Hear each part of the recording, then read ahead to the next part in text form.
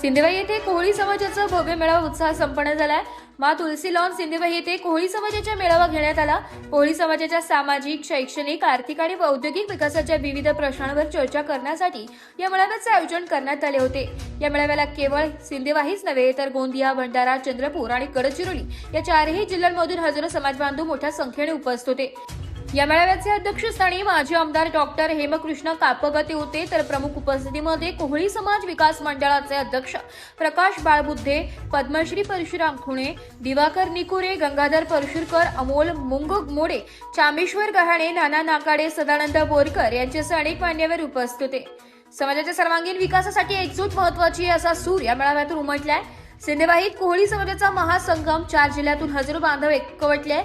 मंचावर माजी आमदार डॉक्टर हेमकृष्ण कापगते, प्रकाश बाळबुद्धे, पद्मश्री परशुराम खुणे आणि दिवाकर निकुंभ आदींनी म्हटलंय की सिंदेवाहीच्या इतिहासात पहिल्यांदाच एवढा मोठा कोहळी समाजाचा मेळावा बघितलाय।